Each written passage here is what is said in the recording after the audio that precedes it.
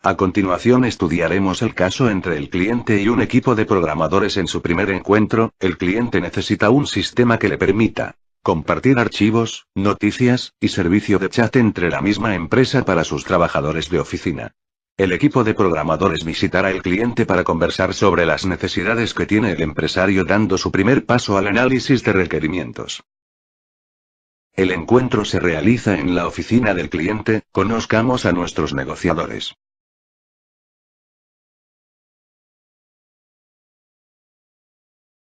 Buen día. La intención de mi reunión es con el fin de darle una solución a mi problema en la empresa. La falta de un buen sistema no permite a mis empleados agilizar sus actividades. Nosotros estamos acá para ayudarle y hacer lo mejor que podamos en hacerle un excelente sistema de información. Cuéntenos qué clase de sistema requiere su empresa. Quiero un sistema que me permita compartir archivos, servicio de chat entre otros servicios para mis empleados. Este tipo de sistema es muy completo, pero podría estar listo en un mes. Nosotros nos colocaremos de acuerdo para ver cómo lo implementamos. La idea es que se den un paseo por mi empresa, vean sus instalaciones y para que comprendan bien lo que necesita la empresa. No será necesario, señor, comprendemos lo que nos pide y su sistema estará aquí listo en un mes. Como ustedes quieran, solo me importa que me cumplan con lo que necesito y que esté aquí en un mes para su instalación.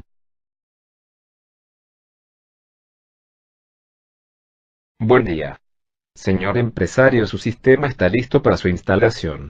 Estoy ansioso por verlo. Por favor, realicen la instalación en mi computadora. Señor, tenemos un inconveniente. Es mejor que realicemos la instalación en una computadora de trabajo. Su sistema operativo no es compatible con el sistema de información. ¿Pero qué están diciendo? Esta empresa funciona con servidores muy pesados, por ello utilizamos el sistema Linux en todas las computadoras. ¿Acaso no analizaron cómo funcionaba nuestra empresa? Señor empresario, por favor mire el sistema aquí en nuestra computadora. Lo podemos realizar para Linux en unos días. Este sistema no me sirve, eso parece una red social y yo quiero algo más seguro y solo para usuarios de mi empresa.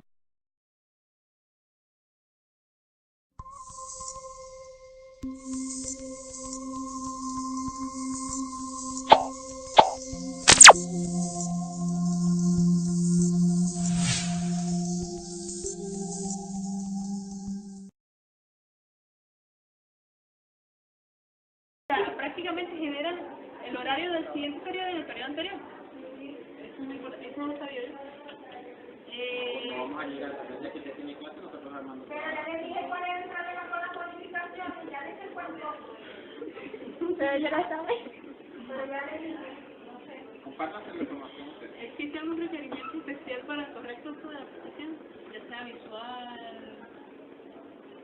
No, ya a mí se trabaja con colores de yo. No, ¿qué? De manera visual, ¿no? Siento que Jaime queda ese tema. ¿Cuál es el procedimiento para obtener autorización para...? Este con el departamento de tecnología. ¿Y ya no era que funciona la tecnología? Henry. Ella nos dio otro nombre. Henry. Ah, ok. Henry. No sé cómo es el apellido. Profe, ¿hay conexión entre este departamento y defensa arriba? ¿Defensa está aquí abajo? Bueno, defensa abajo. Todos estamos en una red Wi-Fi. En todo caso, se puede configurar para que se cargue por el equipo de ellos y lleve para los míos. Pero ahorita no hay. O sea, no está configurado con otros departamentos, pero puedo andar con técnicos. O sea, yo tengo acceso a las computadoras de la persona, yo tengo la persona sala y inclusive la de María. Tenemos una carpeta compartida entre todos los equipos que estamos acá en la cadena, pero no está configurado para el web. Profe, ¿usted sabe cómo se manejan los horarios de los laboratorios? Porque lo que pasa es que la profesora Selvi no llega. Ellos están haciendo lo que escucha la casa haciendo. Sí. ¿Y cuál es el acuerdo? ¿Funciona mejor? No, ustedes van a hacer el de Caracas porque los van a mandar.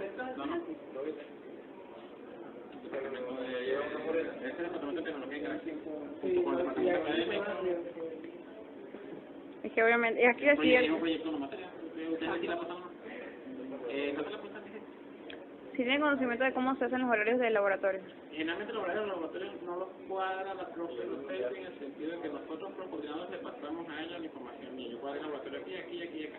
Y ella se encarga después de verificar.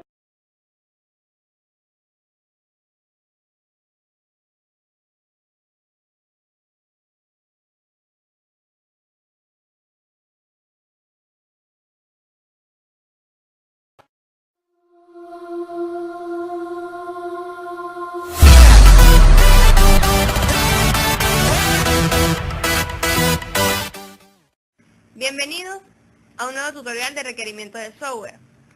Se deben de estar preguntando qué son los requerimientos del software. La IEEE lo define como una condición o necesidad que debe exhibir o poseer un sistema para satisfacer un contrato, bien sea estándar, especificación u otra documentación formalmente establecida. En general podemos decir que es un proceso mediante el cual se intercambian diferentes puntos de vista para así recopilar y moderar lo que el sistema debe realizar. Asimismo, este proceso utiliza un conjunto de métodos, herramientas y actores que generan un modelo del cual nace un documento de requerimiento. Ahora bien, ¿cuál es la importancia de los requerimientos? Se debe tener en cuenta que muchos de los proyectos del software fracasan por ciertos problemas como lo son el no realizar un estudio previo de los requisitos del usuario, el no hacer una definición completa del alcance del proyecto, el no realizar el modelado del negocio antes de desarrollar el software. Esto significa que el analista no se involucra en el problema, aunque tiene claro que el sistema debe desarrollarse para dar soporte a los procesos de la organización. Si no se involucra en la problemática, corre el riesgo de que los requisitos identificados no correspondan a las necesidades para lo que se está creando el software. Entonces, es bien importante que no exista la carencia de requerimientos bien definidos, porque así evitamos la lista de problemas. El no realizar estimaciones realistas, el no emplear coherentes herramientas de planeación, el no poder realizar revisiones periódicas del proceso de la base a las especificaciones de la arquitectura, el diseño y el desarrollo del software, carecerán de una base firme. Las pruebas se basarán en supuestos, no en el que el usuario requiere, y no será posible controlar el crecimiento de los requerimientos. Respondiendo a la pregunta inicial, entonces se puede decir que los requerimientos son importantes debido a que son el hilo conductor de todo desarrollo del software. El obtener requerimientos de calidad demuestra que el trabajo realizado culminará con éxito.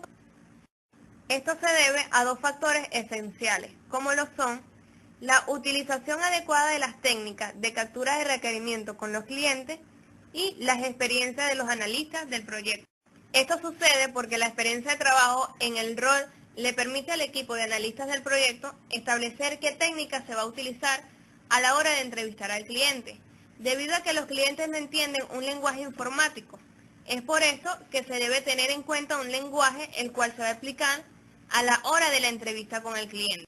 Ya definido lo que es un requerimiento, debemos saber identificar los funcionales y los no funcionales.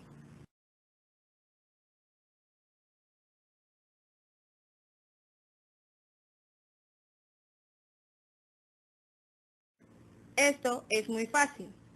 Un requisito funcional es lo que esperamos que deba hacer un sistema. Es donde se describe la interacción entre el sistema y el usuario. Se detallan los servicios y funciones que tendrá el sistema.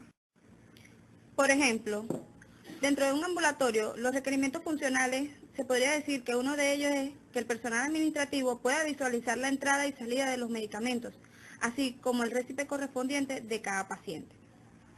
Otro punto importante son los requerimientos no funcionales, los cuales describen cómo debe ser el sistema y las restricciones que limitan las selecciones para construir una solución. Por ende, son atributos relacionados con la calidad, fiabilidad, durabilidad, seguridad, entre otros. Un ejemplo de ello es que el lenguaje de programación debe ser en Java, la alta velocidad de procesamiento de datos o una interfaz gráfica de fácil lectura. Los requerimientos de dominio se refieren más hacia el sistema que a las necesidades específicas de los usuarios. Pueden ser requerimientos funcionales nuevos, restringir los existentes o establecer cómo se deben ejecutar cálculos particulares. Los requerimientos de dominio son importantes debido a que a menudo reflejan los fundamentos del dominio de aplicación. Si estos requerimientos no se satisfacen, es imposible hacer que el sistema trabaje de forma satisfactoria. Continuando con el ejemplo de un ambulatorio, un requerimiento de dominio sería que las consultas tendrán un tiempo estimado para permanecer en el sistema, con un estimado de 3 meses. Luego que se cumpla ese tiempo, el sistema lo borrará automáticamente. Como siguiente punto se encuentran los requerimientos de usuario, los cuales describen los objetivos del usuario o tareas que deben ser capaces de ejecutar dicho producto. En otras palabras, los requerimientos de usuario describen, por lo tanto, qué es lo que el usuario es capaz de hacer con el sistema. Estos requerimientos de usuario describen los requerimientos funcionales y no funcionales, de tal forma que sean comprensibles por los usuarios del sistema que no poseen un conocimiento técnico y detallado. Únicamente especifican el comportamiento externo del sistema y evitan, tanto como sea posible, las características de diseño del sistema. Los requerimientos de usuario en torno a un ambulatorio pueden ser el control de asistencia personal, el registro del personal, pacientes y proveedores, así como llevar un control de los productos existentes en el ambulatorio, es decir, un inventario. Los requerimientos del sistema es un documento estructurado que establece una descripción detallada de los servicios y restricciones operativas del sistema. Los requerimientos del sistema son versiones extendidas de los requerimientos del usuario, que son utilizados por los ingenieros de software como punto de partida para el diseño del sistema. Agregan detalles y explican cómo el sistema debe proporcionar los requerimientos del usuario. Pueden ser utilizados como parte del contrato para la implementación del sistema y, por lo tanto, deben ser especificación completa y consistente del sistema entero. Algunos de estos requerimientos del sistema se encuentran las consultas de historial clínico, los cuales estarán relacionados con cada paciente, plasmar los inventarios de forma sencilla y comprensible y los diferentes motores de búsqueda.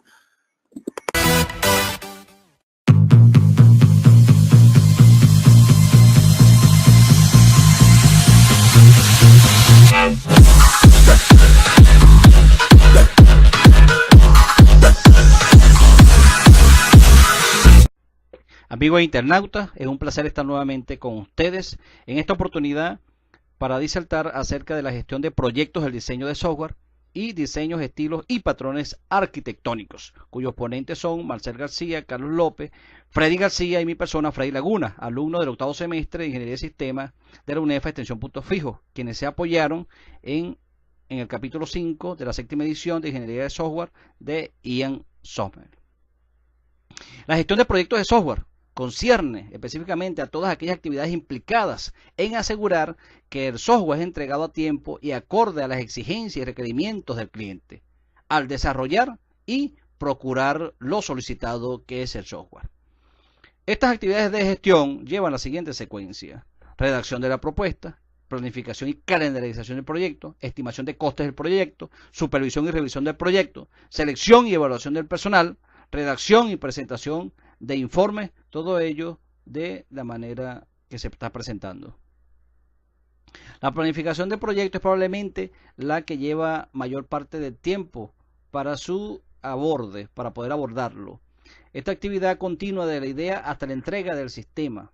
Los planes deben ser supervisados regularmente, así se disponga de nueva información. Hay distintos tipos de planes que van a apoyar lo que es el plan principal del proyecto de software con presupuesto y calendarización. Dentro de estos tipos de planes tenemos los planes de calidad, que describen los procedimientos y los estándares de calidad. De validación, que describen el enfoque, los recursos y la programación utilizada para la validación del sistema. De gestión de configuraciones, describen los procedimientos para la gestión de configuraciones y la estructura a utilizar. Plan de mantenimiento, predice los requerimientos de mantenimiento. De personal de desarrollo de personal, que describen cómo se desarrollan las habilidades y experiencias de los miembros del equipo del proyecto. Dentro de la estructura del plan de proyecto tenemos lo que es la introducción, organización de proyecto, análisis de riesgo, requerimiento de los recursos de hardware y software, división del trabajo, programa del proyecto, mecanismos de supervisión y presentación de informe. Esa es la forma secuencial como se estructura el plan de proyecto por el gestor. Dentro de la organización de las actividades tenemos que deben organizarse para producir resultados tangibles de la gestión, para evaluar los progresos realizados, que las actividades. Los hitos son el punto final en una actividad del proceso del software. Una entrega es el resultado del proyecto que se entrega al cliente. El proceso de que acá permite la definición directa de hitos progresivos. Dentro de la calendarización del proyecto, que es el tiempo que nosotros vamos a llevar, y hay que definirlo, hay que dividir el proyecto en tareas y estimar el tiempo y los recursos necesarios para completar cada tarea. Hay que organizar tareas simultáneamente para aprovechar al máximo el uso de la fuerza de trabajo. Minimizar la dependencia de las tareas a fin de evitar retrasos causados por una tarea en espera para completar otra. Depende de la intuición y experiencia de los gerentes del proyecto. Por eso es muy importante, ¿verdad?, la preparación de esa calendarización. Duración y dependencia de las tareas. Podemos nosotros, los gestores, ¿verdad?, colocar un cuadro donde definamos la actividad, duración y dependencia, y vamos colocando la actividad, el tiempo y la dependencia que lo va a realizar, y de esa manera organizamos y ordenamos nuestro plan. Otra manera es la asignación de personal y tiempo, ¿verdad? A cada integrante del equipo le asignamos la tarea y le asignamos también un tiempo para que la finalice. De esa manera estamos garantizando que todos los integrantes de ese equipo puedan aportar y puedan trabajar para el objetivo común. Ok, un punto importante es la gestión del riesgo. La gestión de riesgo se refiere a la identificación de riesgo y la elaboración de planes para reducir al mínimo su efecto sobre el proyecto. Debemos minimizarlo. Existen. Un riesgo es una probabilidad de que algunas circunstancias a veces se produzcan, afecten a la calendarización del proyecto o a los recursos. Los renglones del producto afecten a la calidad o al funcionamiento del software que se está desarrollando, y los riesgos de negocio afecten a la organización que desarrolla eso. Bueno, vamos a continuar con diseños arquitectónicos. Le vamos a hablar sobre las decisiones del diseño arquitectónico. Esto es un proceso creativo que intenta establecer una organización del sistema que satisfaga los requerimientos tanto funcionales y no funcionales del propio sistema a crear a futuro. Vamos a hablar sobre la organización del sistema. La organización del sistema refleja las estrategias básicas usadas para la estructuración del sistema. La organización del sistema puede reflejarse directamente a una estructura de subsistemas que se pueden dividir en tres módulos: repositorio, cliente servidor y modelo de capas. El modelo repositorio son subsistemas que forman un sistema, deben intercambiar información para que puedan trabajar en conjunto de forma efectiva. Como podemos apreciar en la imagen, son varios subsistemas que forman un sistema en sí, trabajando en paralelo, haciendo intercambio de información para así consolidarse. Modelo cliente-servidor es un modelo de sistema en la que dicho sistema se organiza como un conjunto de servicios y servidores asociados, más unos clientes que acceden y usan el servicio, en este caso Internet. El modelo de capas es una arquitectura en la cual se le puede denominar modelo de máquina abstracta, que organiza el sistema en capas, cada una de las cuales proporcionan un conjunto de servicios, como pueden apreciar en la imagen. Estilos de descomposición modular. Un subsistema es un sistema en sí. Un módulo es normalmente un componente del subsistema. En los estilos de descomposición modular hay dos estrategias principales que se pueden usar cuando se descompongan los subsistemas en módulos. Está la descomposición orientada a objetos y la descomposición orientada a flujo de funciones, que posteriormente vamos a explicarles. Bueno, la descomposición orientada a objetos. Un módulo arquitectónico orientado a objetos estructura el sistema en un conjunto de objetos débilmente acoplados, en las cuales los objetos realizan llamados a los servicios que ofrecen otros objetos, como pueden apreciar en la imagen. Un objeto hace un llamado a otro objeto para así consolidar servicios. Descomposición orientada a flujo de funciones. Esto básicamente es una transferencia de información. Los datos fluyen de una función a otra y se transforman a medida que se mueven a través de la secuencia de las funciones. los datos entran y los datos que entran fluyen a través de esta función y se van transformando hasta que se convierten en un dato de salida. Vamos a hablarles sobre los estilos de controles. Los estilos de control se dividen en dos: los control centralizado y control basado en eventos.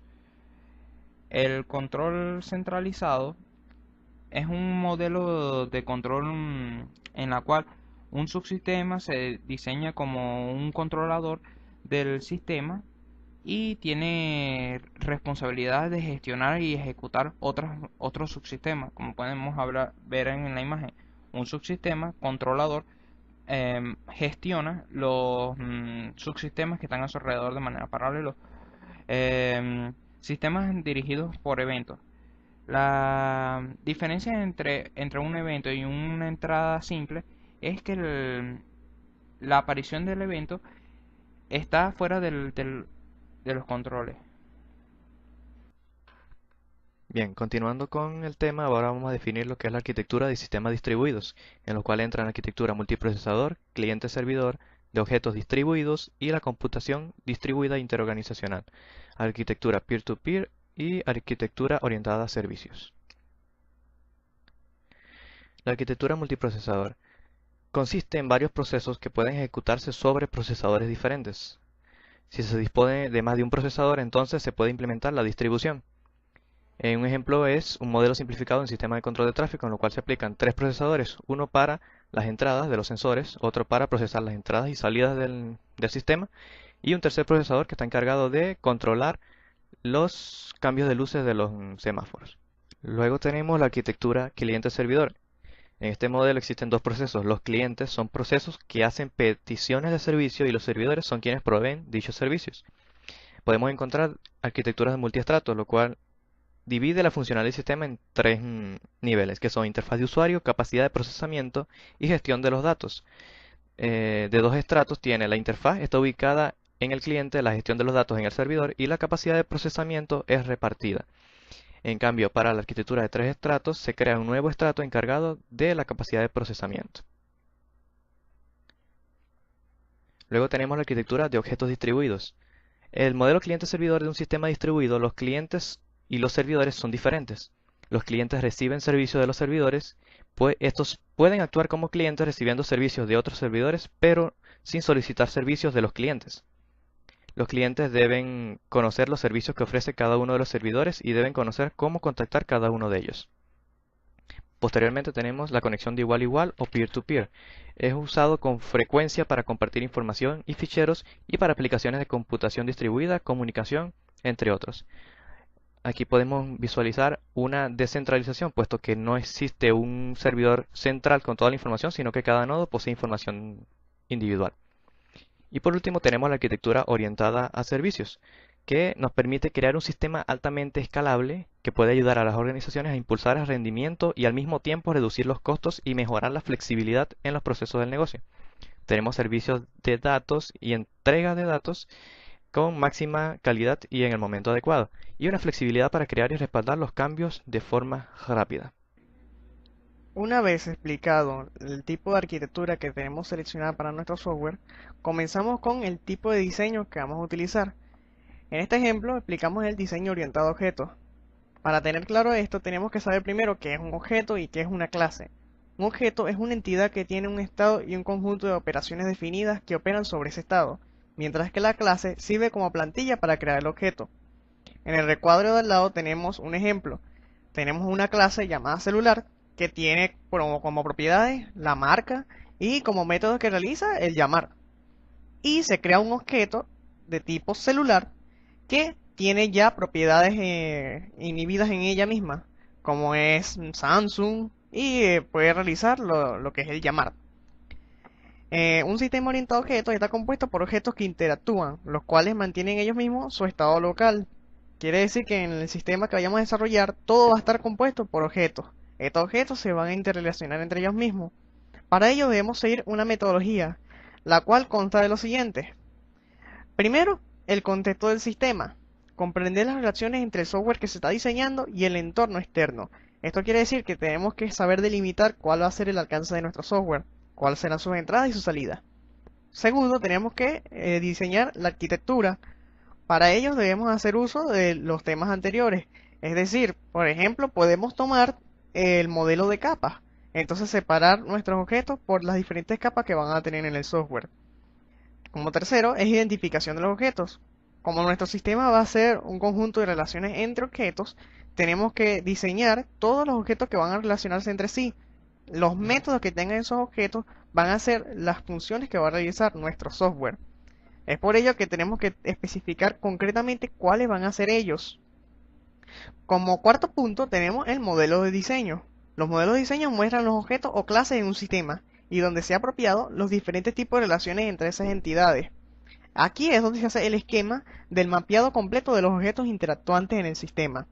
Aquí vamos a poder describir cuáles son los requerimientos de las interfaces para cada objeto, ya que cada objeto necesita una interfaz para poder desarrollarse. Para eso es el quinto punto, especificación de interfaz. Es necesario identificar las interfaces para que los objetos y otros componentes se puedan diseñar en paralelo. Eso quiere decir que podemos tener varios objetos, cada grupo desarrollador se pone a trabajar en uno mismo, y una vez teniendo cada uno sus modelos de diseños anteriores, puede cada uno diseñar su propia interfaz y cómo van a interactuar entre ellos mismos.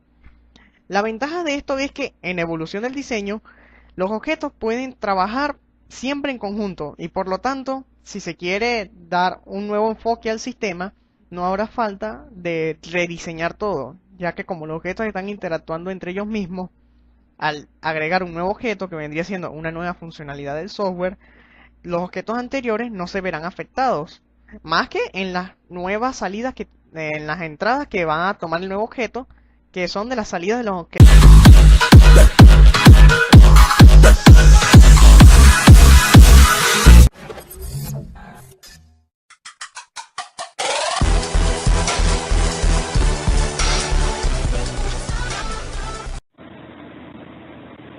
Diseños arquitectónicos del software. Debemos saber primero qué es arquitectura. Es la representación que capacita al ingeniero del software para analizar la efectividad del diseño para la consecución de los requisitos fijados. Considerar las alternativas arquitectónicas en una etapa en la cual hacer cambios en el diseño es relativamente fácil. Reducir los riesgos asociados a la construcción del software. En el diseño arquitectónico, un componente del software puede ser tan simple como un módulo de programa, pero también puede ser algo complicado como incluir una base de datos y software intermedio que permiten la configuración de una red de clientes y servidores. El diseño de la arquitectura del software tiene en cuenta dos niveles de la pirámide: el diseño de datos y el diseño arquitectónico. El diseño de datos nos facilita la representación de los componentes de datos de la arquitectura, y el diseño arquitectónico se centra en la representación de la estructura de los componentes del software, sus propiedades e interacciones. ¿Por qué es importante la arquitectura? Se facilitan la comunicación entre las dos partes interesadas en el desarrollo de un sistema basado en computadora. Destaca decisiones tempranas de diseños que tendrán un futuro impacto, un profundo impacto en todo el trabajo de la ingeniería del software. Constituye un modelo relativamente pequeño e intelectualmente comprensible de cómo está estructurado el sistema y de cómo trabajan juntos sus componentes. Veamos qué es diseño de datos. El diseño de datos también es llamado arquitectura de datos. Crea un modelo de datos y o información que se representa con un nivel de abstracción. Este modelo de datos es refinado en progresivas representaciones específicas de la implementación que puede ser procesadas por un sistema basado en computadora.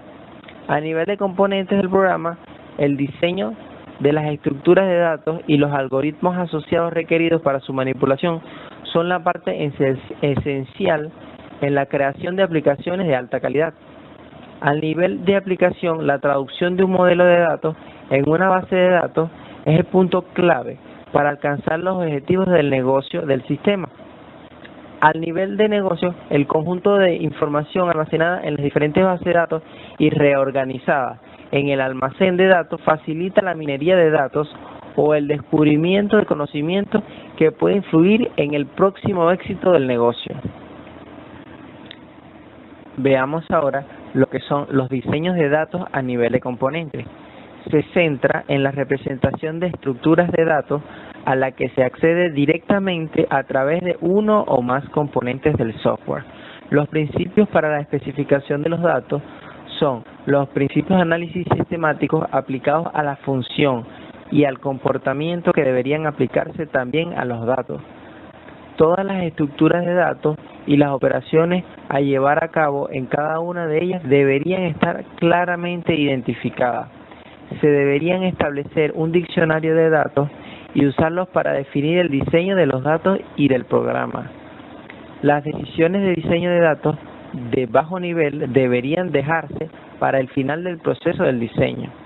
La representación de la estructura de los datos deberían conocerla solo aquellos módulos que deban hacer uso directo de los datos contenidos dentro de la estructura. Deberían desarrollarse una biblioteca de estructura de los datos útiles y de las operaciones que solo puedan aplicarse.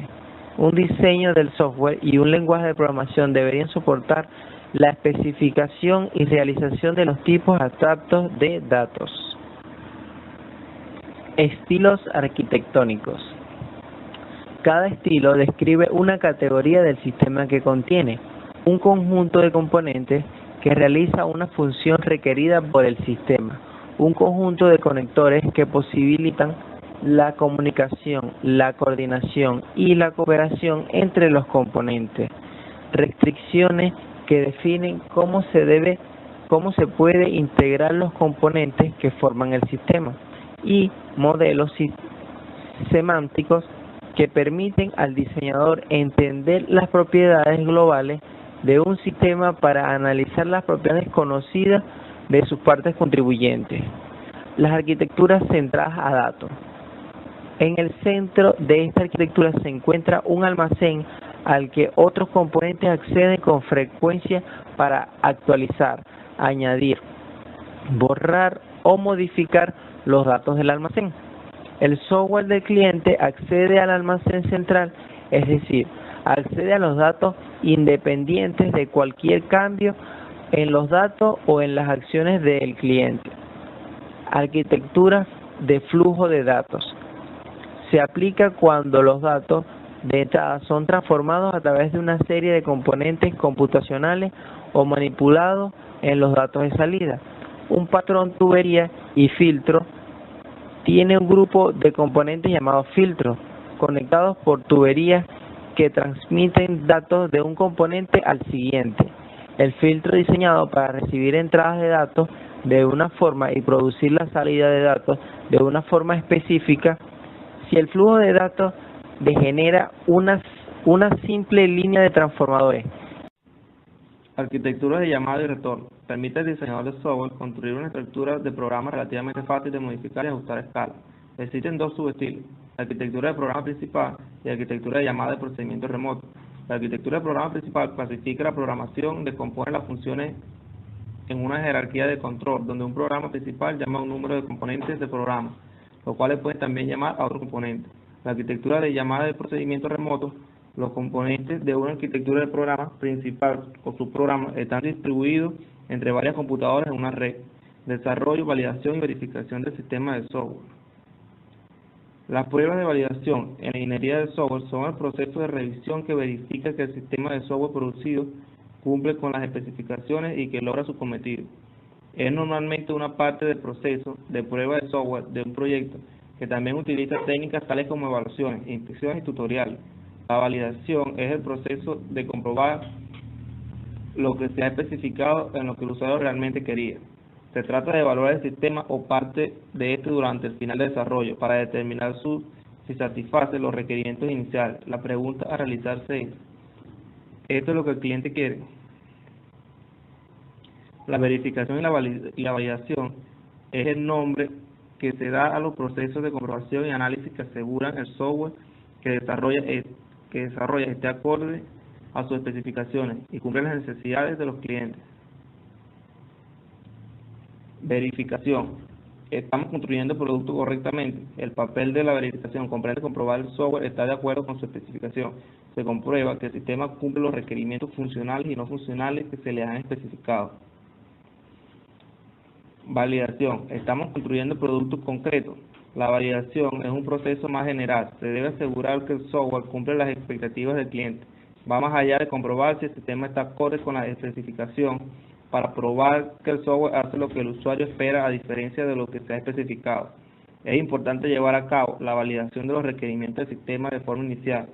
Es fácil cometer errores y omisiones durante la fase de análisis y requerimiento del sistema.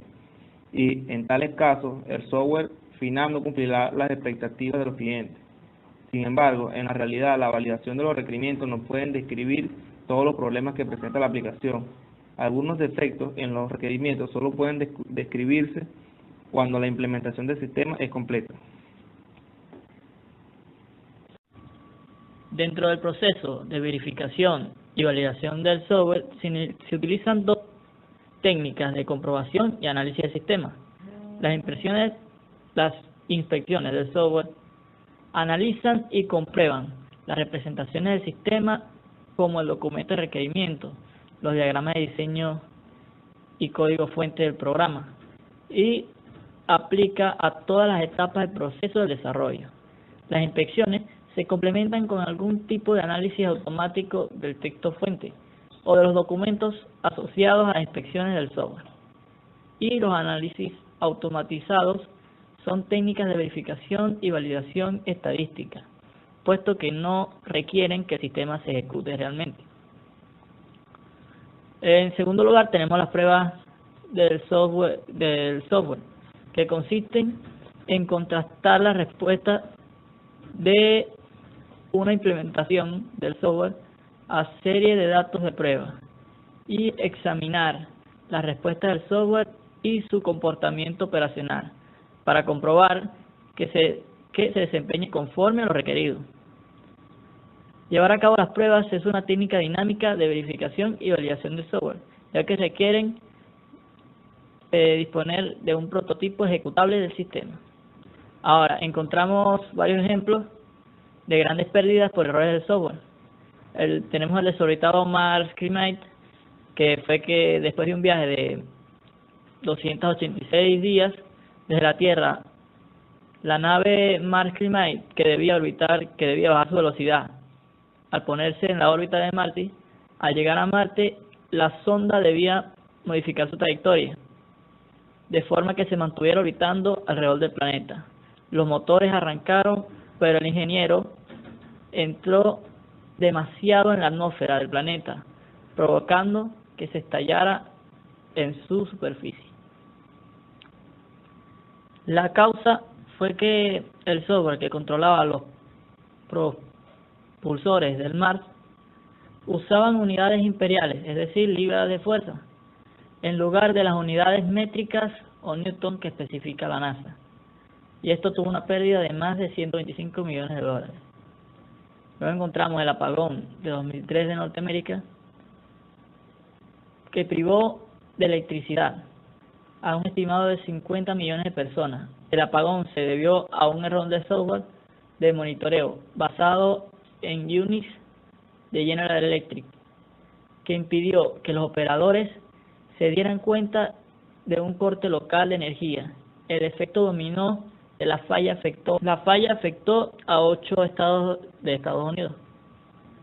Problema del año 2000. El problema del año 2000, también conocido como efecto 2000, por el numérico Y2K, es un bug de error de software causado por la costumbre que habían adoptado los programadores en omitir la centuría del año para el aceleramiento de la fecha, asumiendo que el software solo funcionaría durante los años cuyos nombres comenzaran con 19. Lo anterior tendría como consecuencia que después del 31 de octubre de 1999 sería el 1 de enero de 1900 en vez del 1 de enero de 2000.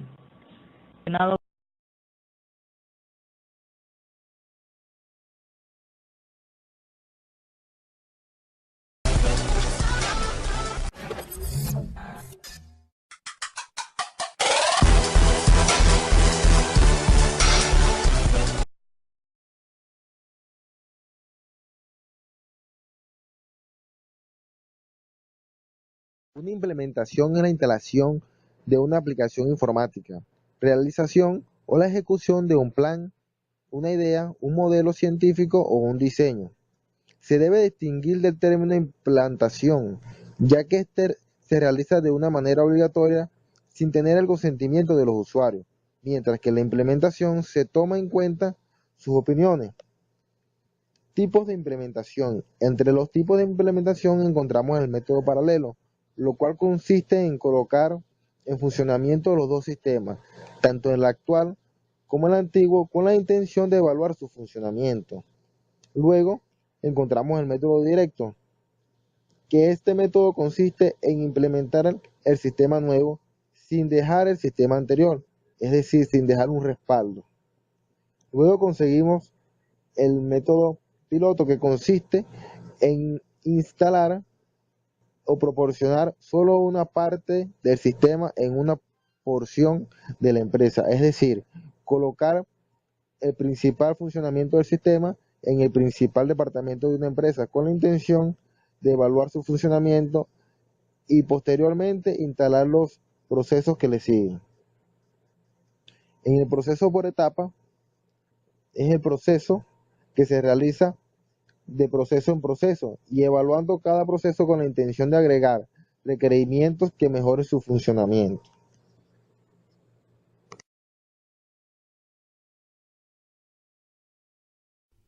Pruebas de software. Una prueba consiste en someter el producto de software a una evaluación para conocer si se comporta de acuerdo con las especificaciones tomadas como referencia. El objetivo de la prueba es demostrar la presencia de errores, con el fin de conseguir su eliminación posterior, pero que no permiten demostrar su ausencia. La prueba de software pretende entregar al usuario el producto con las mayores garantías de que está libre de errores con respecto a su funcionalidad, a un coste razonable en términos de recursos humanos, materiales y tiempo empleado. Cuando hablamos de pruebas de software tenemos dos términos que se suelen confundir pero que son muy diferentes, la validación y la verificación. La validación se refiere a asegurar que el software cumple con las necesidades de los usuarios, y la verificación se refiere a asegurar que el software está funcionando correctamente. Para realizar una prueba se requiere de 3 puntos principales. La primera es la descripción de la prueba. La descripción se debe indicar el propósito de la prueba, es decir, para qué se hace, el componente de software sobre el que se realiza la prueba, que puede ser un módulo, un subsistema o un sistema completo, y los datos de prueba que se van a entregar y los resultados esperados. El siguiente es la ejecución de la prueba. Si se dispone de una descripción ejecutable del sistema, por ejemplo el código, la ejecución de la prueba implica la ejecución de ese módulo en un entorno controlado. Posiblemente ni el sistema final ni el resto del producto ya están disponibles y deberán ser simulados. Esta situación obliga a disponer de un entorno específico, es decir, un conjunto de herramientas que simulen a efectos de la validación el entorno de ejecución del producto de software para la ejecución de las pruebas. Y por último está la valoración. Una vez obtenidos los resultados de la prueba, estos deben compararse con otros considerados como referencia. En muchos casos, esta referencia es una especificación a partir de la cual se ha generado el programa. En otros casos son datos que los diseñadores han seleccionado basándose en su experiencia. Las pruebas del sistema implican integrar dos o más componentes que implementan funciones del sistema o características. Las pruebas del sistema se ocupan de probar un incremento que va a ser entregado al cliente. Para la mayoría de los sistemas complejos existen distintas fases de pruebas del sistema, en las que tenemos pruebas de integración. El proceso de la integración del sistema implica construir a partir de sus componentes y probar el sistema resultante para encontrar problemas que pueden surgir debido a la integración de los componentes. Los componentes que se integran pueden ser componentes comerciales, componentes reutilizables que han sido adaptados a un sistema particular o componentes nuevos desarrollados. Pruebas de entrega. Las pruebas de entrega son el proceso de probar una entrega del sistema que será distribuido a los clientes. El principal objetivo de este proceso es incrementar la confianza del suministrador en que el sistema satisface sus requerimientos. Si es así, este puede entregarse como un producto o ser entregado al cliente. Pruebas de rendimiento. Una vez que un sistema se ha integrado completamente, es posible probar las propiedades emergentes del sistema, tales como rendimiento y fiabilidad. Las pruebas de rendimiento tienen que diseñarse para asegurar que el sistema pueda procesar su carga esperada. Pruebas de componentes. Las pruebas de componentes, a menudo denominadas pruebas de unidad, son el proceso de probar los componentes individuales en el sistema.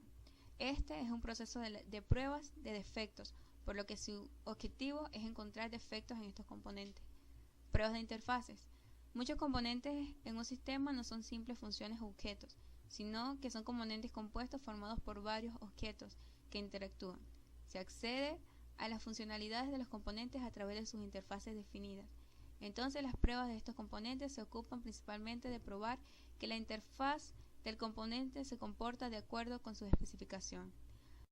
Los casos de prueba no se aplican a componentes individuales, sino a la interfaz del componente compuesto que se ha creado combinando estos componentes. Las pruebas de interfaces son particularmente importantes para el desarrollo orientado a objetos y basado en componentes.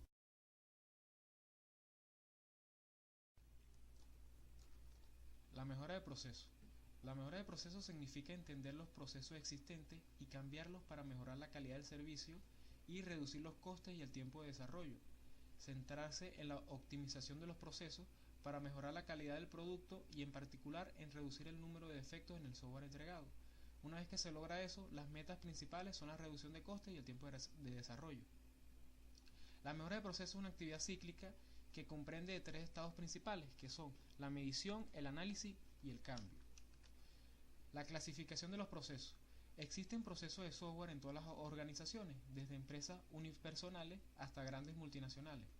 Estos procesos son de diferente tipo dependiendo del grado de formalización del proceso, en donde existen 4 clases de procesos de software, que son los procesos informales, los procesos gestionados, los procesos metodológicos y los procesos de mejora. La medición del proceso. Son las métricas de proceso que se utilizan para evaluar si la existencia de un proceso ha mejorado. Dentro de estas métricas se obtienen el tiempo requerido para completar un proceso en particular, los recursos requeridos de un proceso en particular y el número de ocurrencias de un evento. El análisis y modelado de procesos. En el análisis y modelado de procesos se comprende estudiar los procesos existentes y desarrollar un modelo abstracto de estos procesos que capte sus características principales. Estos modelos ayudarán a comprender el proceso y a comunicarlo a los demás. Las excepciones del proceso. Los procesos del software son entidades muy complejas. Aunque exista un modelo de proceso definido en una organización, este solo representa la situación ideal en la que el equipo de desarrollo se enfrenta con un problema no previsto. En realidad, los problemas no previstos son un hecho de la vida diaria para los gestores del proyecto. El modelo de proceso ideal debe modificarse dinámicamente, puesto que se deben encontrar las soluciones para dichos problemas.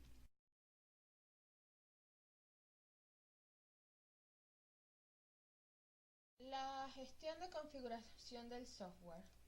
Este es uno de los procesos clave para toda organización dedicada a la ingeniería del software, ya que posibilita una mejor organización del desarrollo y mantenimiento del producto, facilitando el resto de los procesos de producción. La gestión de configuración del software trata y controla la elaboración del código fuente por varios desarrolladores simultáneamente, el seguimiento del estado de las versiones y sus cambios, y la conducción de la integración de las partes del software en un solo producto de software.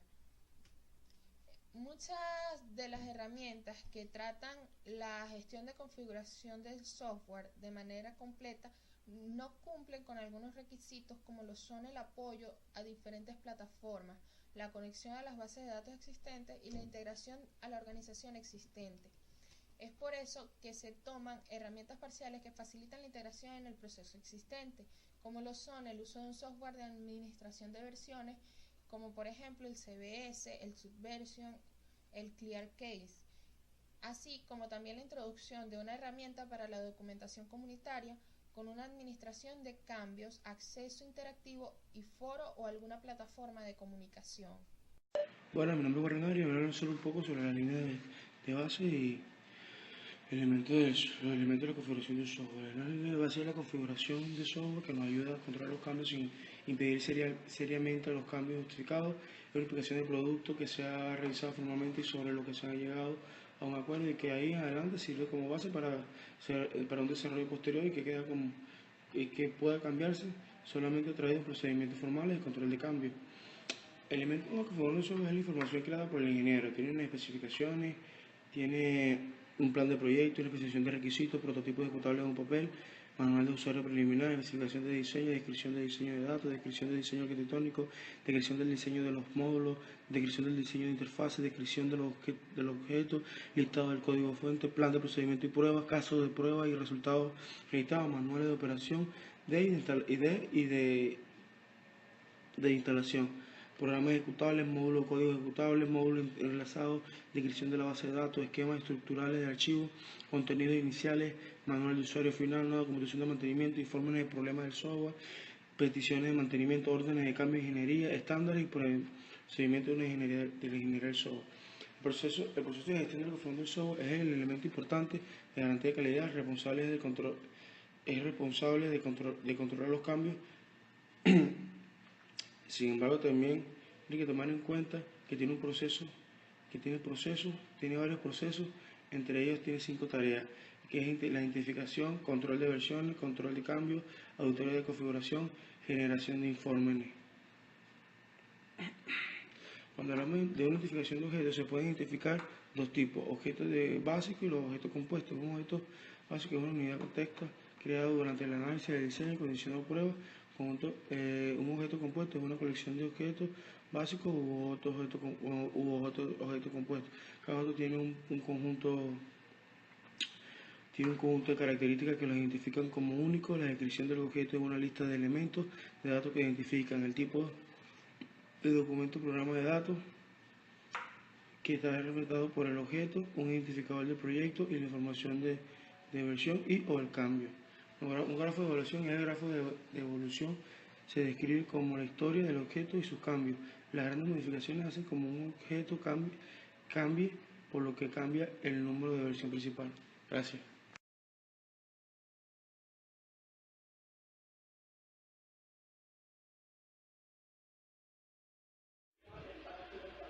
La documentación del software es todo aquel material informativo de un proyecto de software.